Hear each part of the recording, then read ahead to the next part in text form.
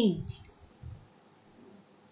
If you observe carefully over here, there is a resistance Rs which is connected in series with the voltage source.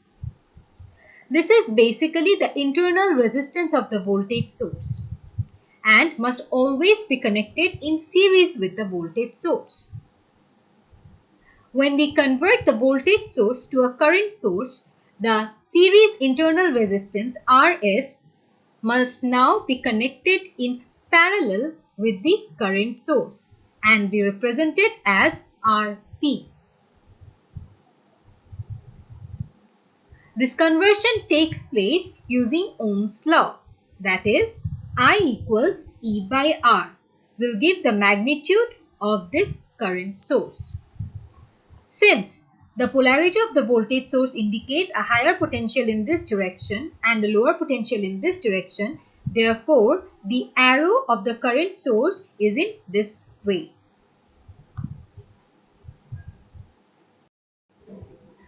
It is important to realize, however, that the equivalence between a current source and a voltage source exists only at their external terminals. The internal characteristics of each are quite different. A source and its equivalent will establish current in the same direction through the applied load.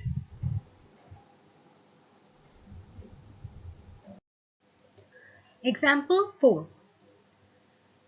Based on the given circuit over here, we have to determine the current IL.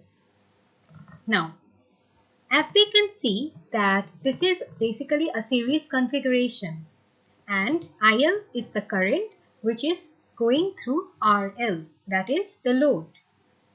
Since it's a series configuration, therefore the same current will go through all the elements. Now, in order to determine IL, we need to determine the total resistance RT, as we already know the source voltage, which is equals to 6 volt. The total resistance for this circuit is Rs plus RL, which is equals to 6 ohm. Now, applying Ohm's law, we can easily determine IL using the formula E by RT, which is equal to 1 ampere. The next question says, convert the voltage source to a current source. That is, we have to convert this voltage source into a current source. In order to do that, we also have to incorporate this resistance Rs, which is connected in series with the voltage source. Now, using Ohm's law again, we can determine the source current using the formula I equals E by Rs, which is 3 ampere. If we redraw this network using the current source, then it will look like this. The current source will now have a parallel resistance Rp associated with it. This parallel resistance Rp is basically the series resistance Rs. The direction of the arrow is like this due to the potential or polarity of the voltage source. The last part of the question says that using the resulting current source of part B, we have to calculate the current through the load resistor and compare the result to part A. Over here, we can see that the current source supplies a current of 3 ampere. At this point, the current will divide between the two branches. One portion of this current will be IL flowing through RL, and the remaining portion of the current will be flowing through RP. Now, using current divider rule, we can easily determine IL, which is basically 1 ampere. Hence, the result obtained from this circuit and the result obtained from this network are basically the same. Hence, it is proved that if we convert a voltage source into an equivalent current source, then it has no impact on the current flowing through the load.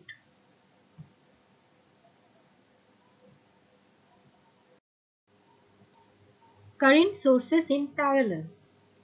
In the previous lectures, we have studied that voltage sources of different values can be connected in series. However, in case of current sources, that is not possible. Current sources of different values must be connected in parallel combination. Current sources cannot be connected in series due to a violation of Kirchhoff's current law. Example 5.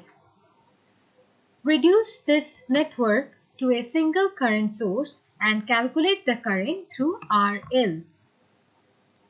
At first, we have to convert this voltage source into a current source. If we do that, then this is the network that we will have.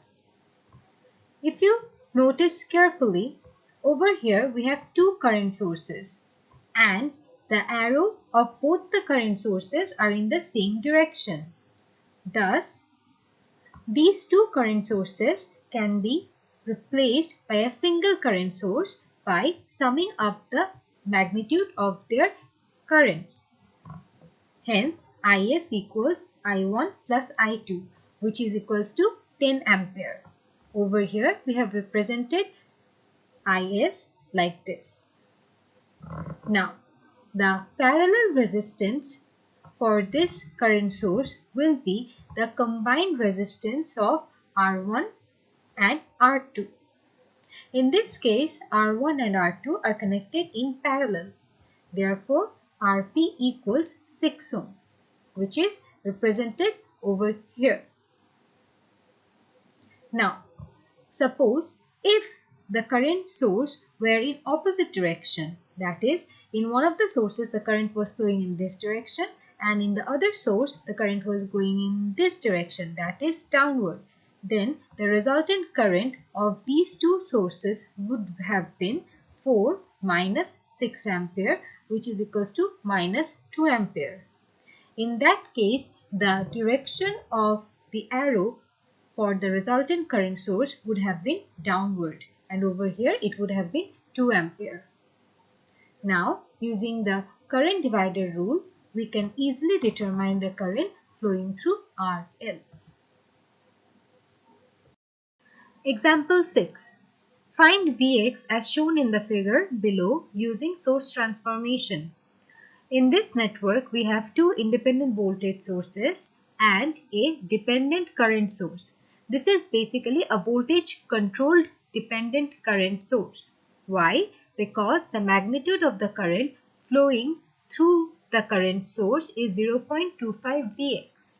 That is, the magnitude of this current is 0.25 times the magnitude of Vx, which is the voltage across the 2 ohm resistor.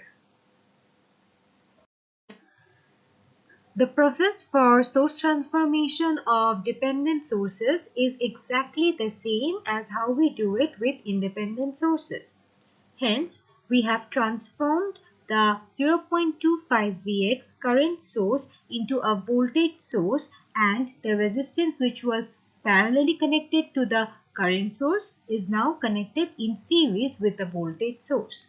We have also converted the 6-volt voltage source into a 3 ampere current source, and the resistance which was connected in series with the voltage source has now been connected in parallel with the voltage source. Now, this is a repeated source transformation problem. Thus, we again convert this current source into a voltage source, but the series resistance for this voltage source will be 1 ohm, because now 2 ohm and 2 ohm are parallelly connected. Thus, the combined series resistance will be 1 ohm.